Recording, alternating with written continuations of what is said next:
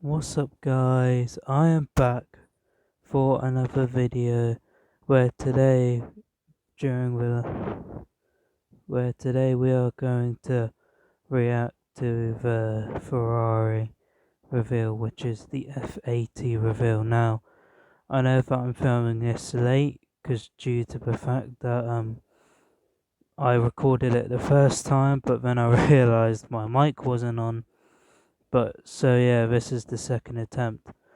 And another thing, you guys seem to like the first video I made about the McLaren W1, and that has become extremely popular. As I get on the YouTube app, I just see the views going up. So I just want to say thank you guys for all the support on these videos, like the amount of time, effort editing them, putting in the pictures, and then publishing them.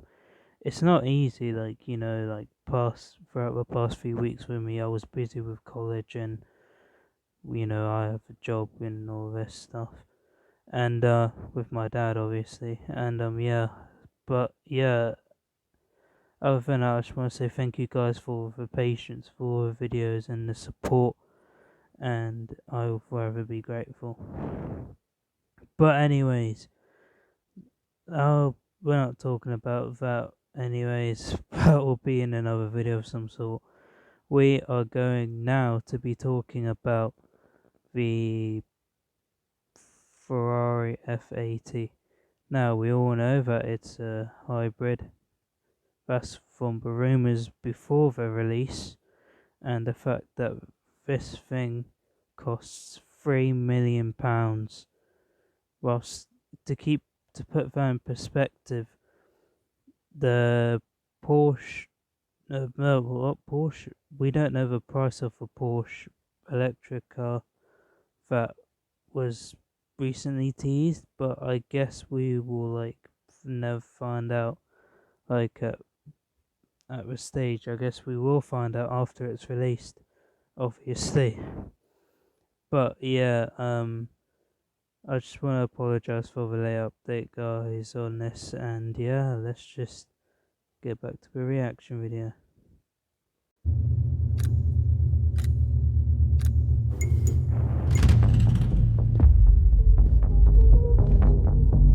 Okay. The unveiling.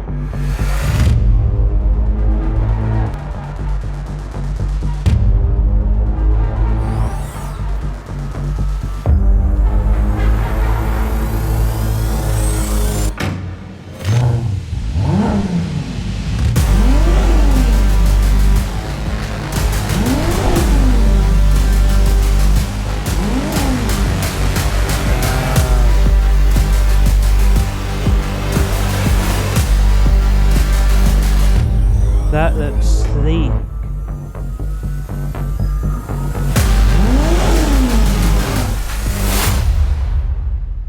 That's insane.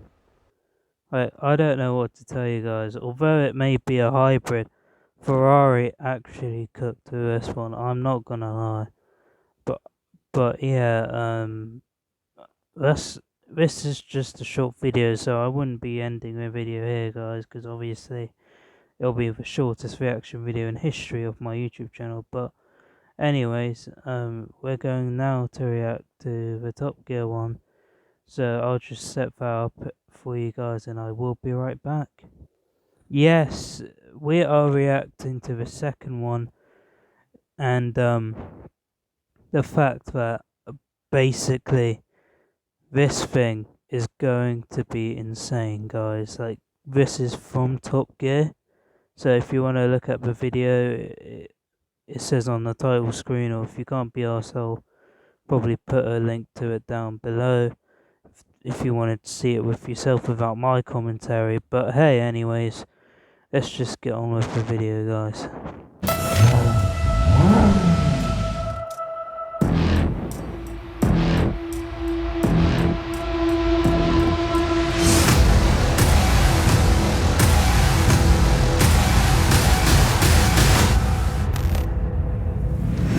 Okay. Welcome everyone to Maranello and to a world in which Jack. this thing now exists. It's called the Ferrari F80 and it's the unicorn we've all been waiting for. The next chapter in Ferrari's hypercar bloodline. Its ultimate expression of technology and performance, and my word, has he got some big boots to...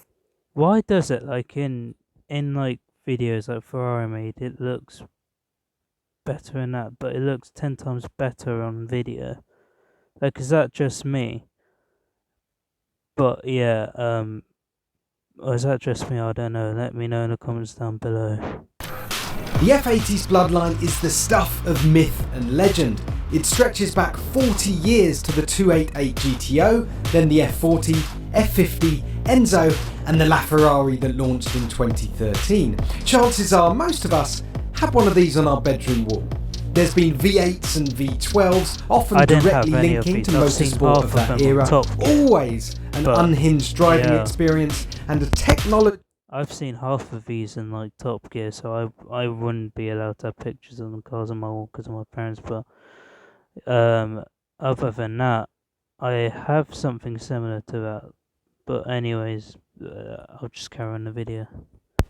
Showcase of what's possible and what's to come in the series production cars. This time around we have F80, a name to celebrate Ferrari's 80th anniversary in 2027, and just like the double Le Mans winning 499P, it gets a four-wheel drive 800 volt V6 hybrid powertrain, albeit with number plates. Okay, so we don't have long with the F80 here today. In fact, I was only given the information about this car an hour ago and I've been up there cramming like I was doing my GCSEs. But let's start with the headlines. The first one is the fact that, pretty obviously, Ferrari wants to get across a proper race car experience with this thing. They're talking about it, echoing their Le Mans winning 499. The more I look at this, the more I think it looks like the SP3 Monza. Like the side view. Like if I get a side view of that car and the SP3 Monza somewhere in the video, like I will obviously, but tell me in the comments down below, does that look similar or is that just me?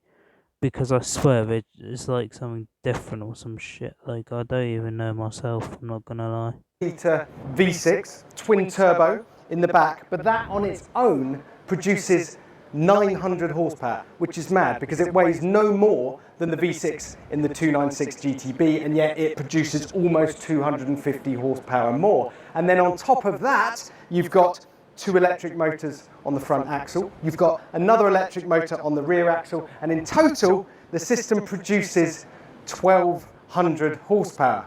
And that's not all, because you've also got E-turbos for the first time in a Ferrari. So those twin turbos on the V6 engine have an electric motor of their own to help them spool up super quickly, reduce lag completely, and just produce explosive throttle acceleration whenever you want it. Well, that's the idea at least. And at this point, I'm going to hand over to VoiceOver Jack to give you some performance figures. I did some maths and counted 13 electric motors on the F80, 2 on the front axle and 1 underneath the engine. I swear, he probably didn't do the maths, unless Ferrari's like Italian, they don't tell you like how much batteries, but I swear when they just say to you like how much batteries they have, like 8, like keep in mind, 8 batteries is probably, depending how heavy they are, that's a massive like weighted disadvantage, and probably like depending the size of the batteries. If they're small, then that's fine, but if they're like size like Tesla Model S, X or S batteries, I'm telling you, like that would affect performance pretty badly. At the rear, together delivering that additional 300 horsepower boost, 1 on each of the 2 48 volt E-turbos, 1 at each corner for the 48 volt active suspension, and 4 12 volt motors in the wing to enable all that lift and tilt.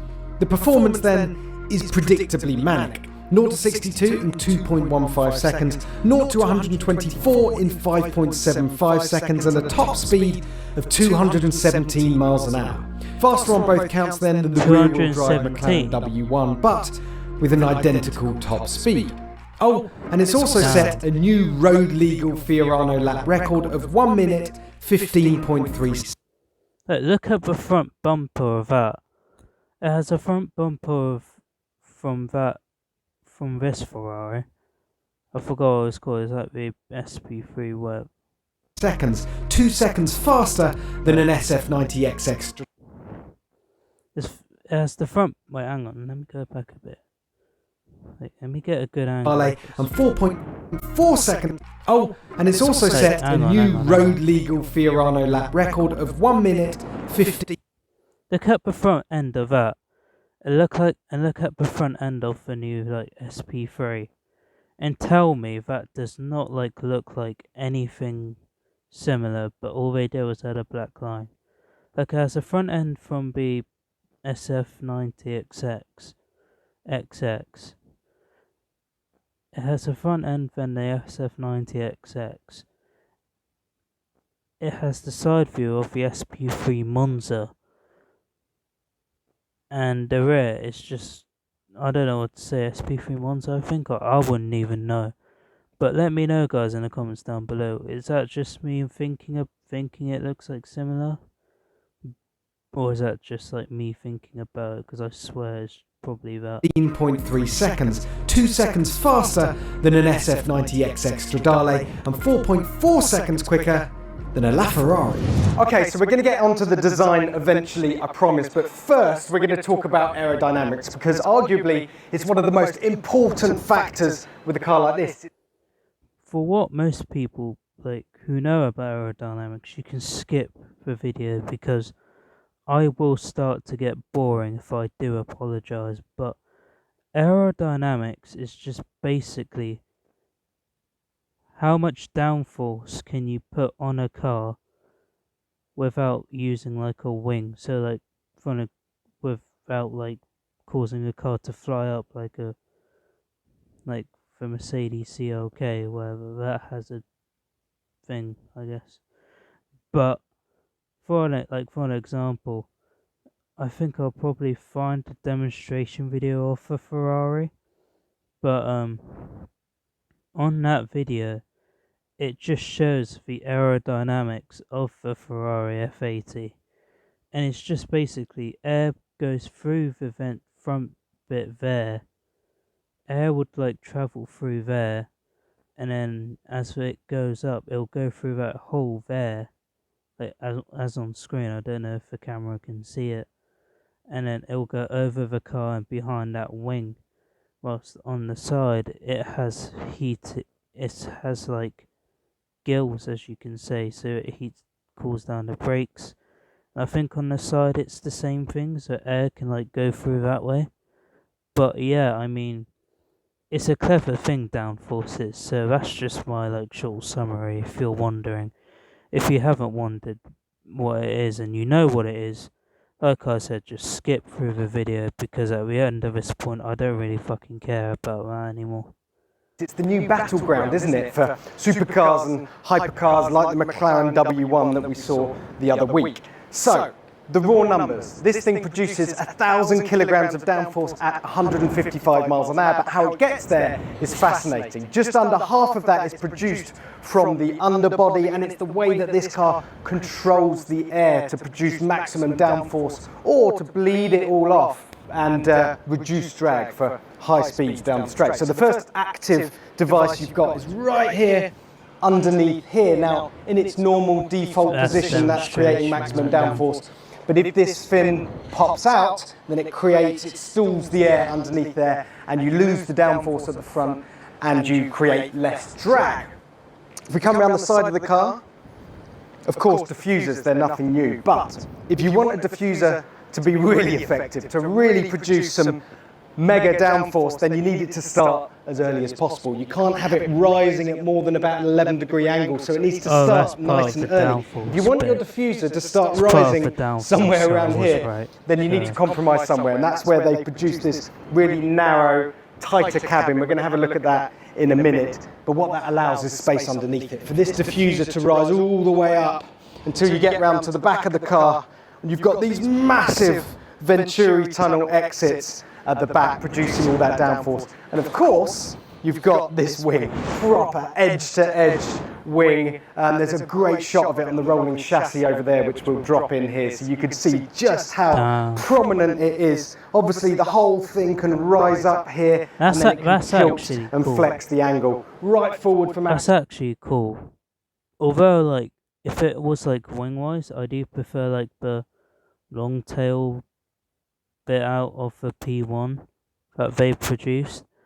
But yeah, like honestly, for Ferrari, that's alright. It's kind of decent, not gonna lie. Downforce, or it can tip back again, working with that front spoiler to bleed off the drag and make sure you're hitting those big speeds down the straights. But all this clever aero means nothing if it isn't predictable.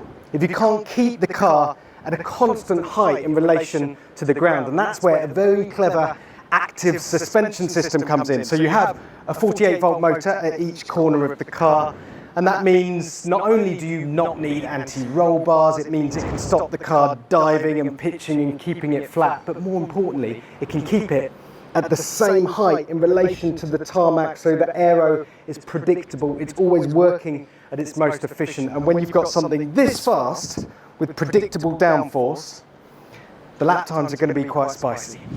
The active suspension doesn't only mitigate squat, dive and roll while keeping a constant ride height, it's also a thing of beauty, with inboard springs, dampers, motors and actuators for the Multimatic system, all tightly packaged behind the stunning in-house 3D printed wishbones. The gearbox is an 8-speed DCT, brakes are Brembo's top-shelf CCM R+ carbon ceramics. Like the amount of attention to detail of the engine bit, I will admit, it's pretty amazing. It's like a masterpiece, not gonna lie. Like the amount of engineering time and thought that McLaren and Ferrari did to make like successors, even before like the LaFerrari and the McLaren P1, they're engineering masterpieces. They look amazing, and that's just like. And now we have this new generation of hybrid / V8 / everything else. So basically what we have is the McLaren W1 that has a full-on normal engine, like no electric assist whatsoever. The LaFerrari, that's going to be a hybrid, and the f80, that's going to be a hybrid, and we have the Porsche now, which hasn't been confirmed, like if they're going to make it that style, but according to Porsche, they said they are planning to go electric. I think I don't know if they're gonna change their minds, stay with the normal naturally aspirated engine route that McLaren has, or what Ferrari has with the hybrid system, and but they say they're going full electric. So basically, if that happens, like if you think about it, we literally have the past, which is the W1, the present, which is the Ferrari F80, and the future, which is the Porsche 918 successor. If it's electric, that is, which I cannot confirm in this video, so that's pretty cool, not gonna lie. Like, although like they all, like the old holy trinity, they have like they have like similar systems when it comes to pre-production, and now with this new holy trinity, we're going to see something like a lot more different, and I am excited to see what Porsche is going to be making next. The wheels are the first 5-spoke carbon rims Ferrari has made, and the tyres are Pilot Sport Cup 2 or Pilot Sport Cup 2Rs. The carbon tub itself is asymmetric to enable the passenger seat to be a little further back, a requirement to keep it as narrow as possible and with your feet lifted so the aero can do its thing underneath. And the result is a tub that's 5% lighter than the LaFerrari with 50% more torsional rigidity. Okay, so we're going to talk about the design now, and bear with me because we're going to veer into a little bit of personal opinion on this. Personally, when I first walked in and I saw it, absolutely brutal. The angle you're at now is actually a good one because you get to enjoy just how low and wide and flat this car is. Look at that glass canopy in the middle, and then you've still got shoulders that run the full length of the car. Is it pretty? Is it pretty in a way that, I don't know, an F80 was? A LaFerrari, you could argue, had some elegance to it? Nah. This thing is brutal. It's all about bullying the air. It's all about lap times. It's all about kind of race-bred brutalism. Exactly. Let's call it that. Ferrari should be. Round the front, I totally agree. probably the most distinctive bit is this 12 Cilindri blacked out visor that incorporates the headlights. We actually had a go at doing some renderings of this car, and you'll see them on the cover of the most recent magazine, and we weren't far off. But we didn't go for the blacked out visor. We didn't think Ferrari would carry over that theme from the 12 Cilindri, but they did. I have to say, I quite like that bit. You've also got this S-duct. I'm 50-50 on that, I'm not gonna lie. But hey, I mean, it'll grow on me eventually someday or something, I guess. Massive hole in the middle of the front of the car. What that does is suck the air up from under the front, creates an air of low pressure and helps with the downforce.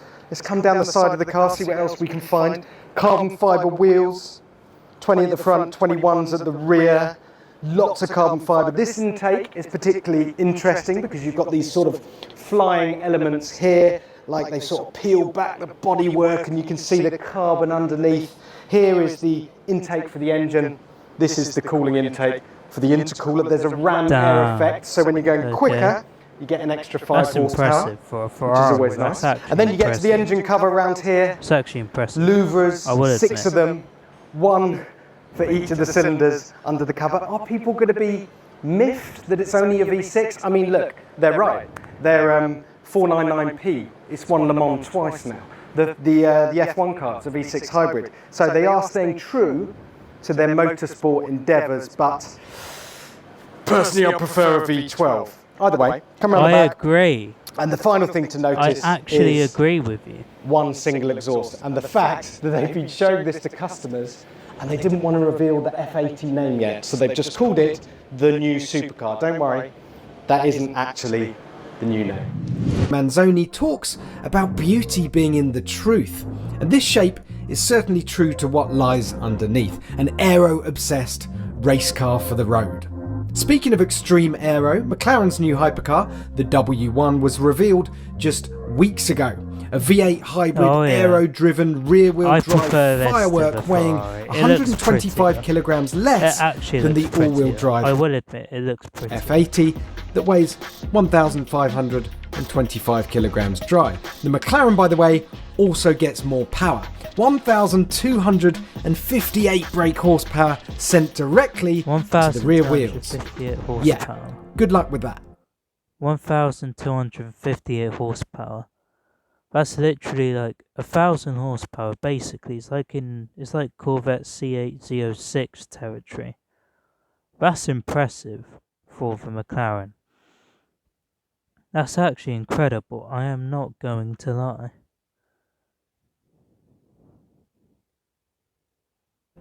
You'll remember Porsche revealed the all-electric Mission X over a year ago too, although they're probably now scratching their heads figuring out how to stuff an engine into it, given the lack of demand for pure EV hypercars. But you see what I'm getting at. A Holy Trinity Part 2 test is most definitely brewing. Alright, enough messing. Yep, a Holy Trinity Part 2 test will be coming on the Top Gear channel.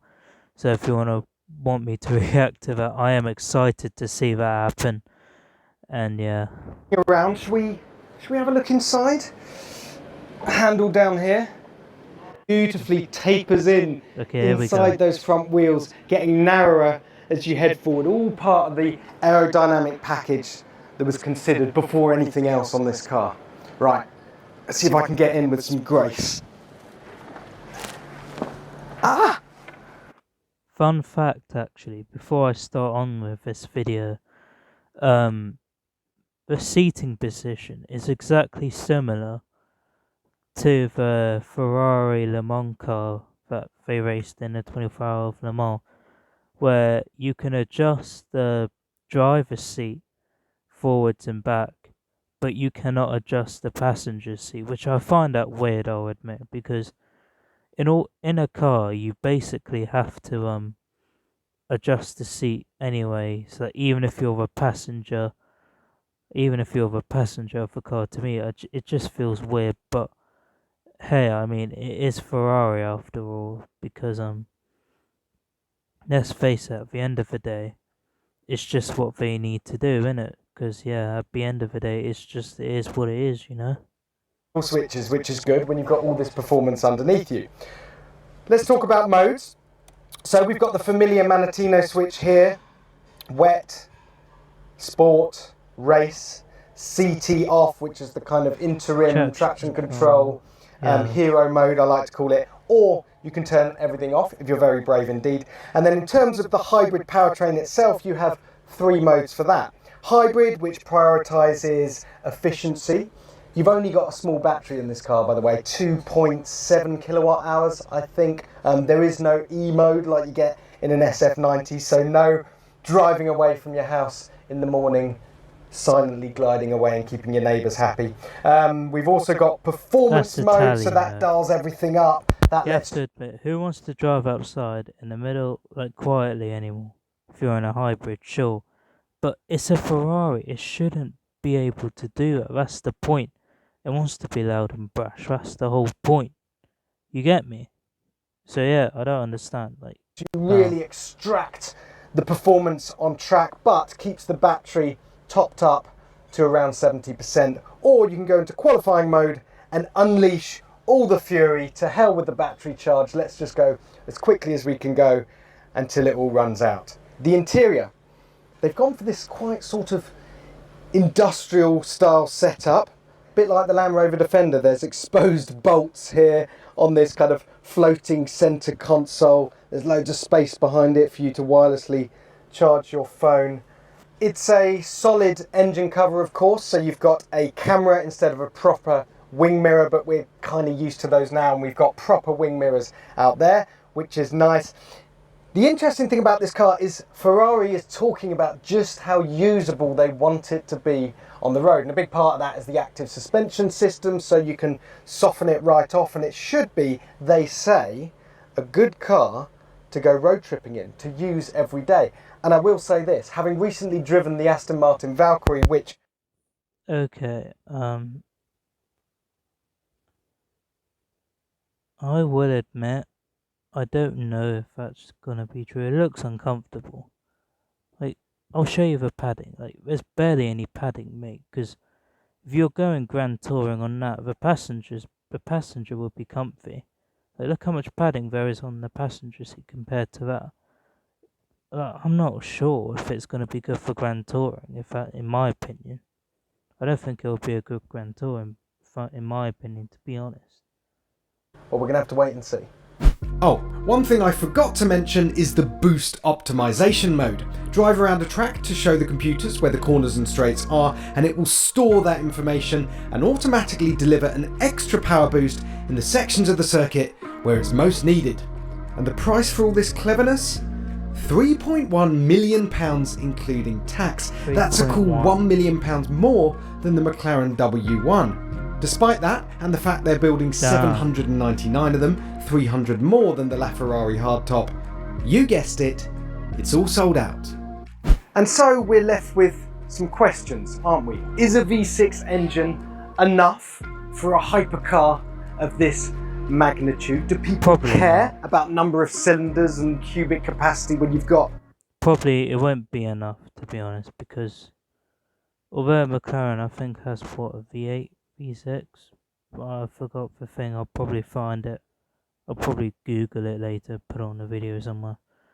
But I'm not sure. But I think it's not enough.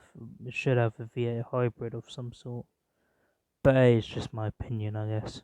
This ridiculous amount of performance. How is this thing going to measure up to the McLaren W1, which has similar amount of power, similar levels of ground effect, downforce, and also, will this car be able to perform as well on track and be as comfortable and usable on road as Ferrari claims? Well, for all that, I don't have any answers yet. You're going to have to tune back in for when we drive it. Yeah, that will be the Top Gear review. Now, this would be a part of a video where I would literally give my opinion. So I might as well give you a short one because we're over 30 minutes of the video. And yeah, I'll probably give you a short one. But yeah, as we all know, Ferrari have made great cars in the past. Like the Ferrari F40, the SP3 Monza, the 458, the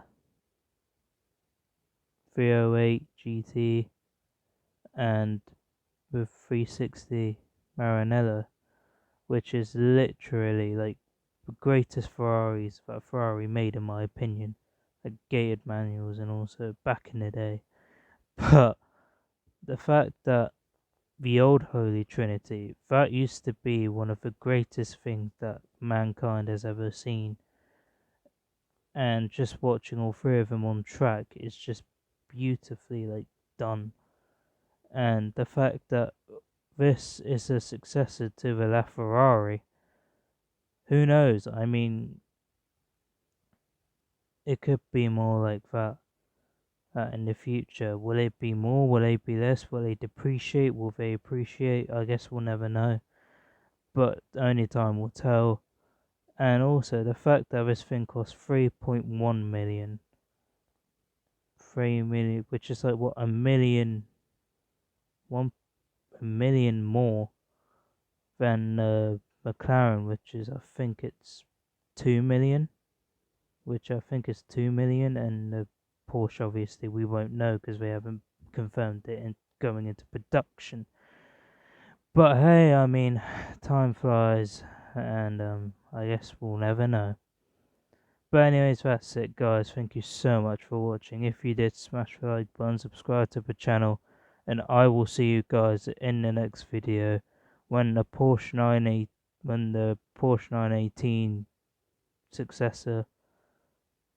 successor video will be out. I will definitely be reacting to that. And who knows, we might tune in back to Top Gear to see them all three. To see all three of them live on track to see which one is better. I'll be rooting for the W1 if you haven't noticed. But anyways, that's it for me guys. Stay safe, hope you have a nice day, and I will see you guys in the next video. Take care guys, peace.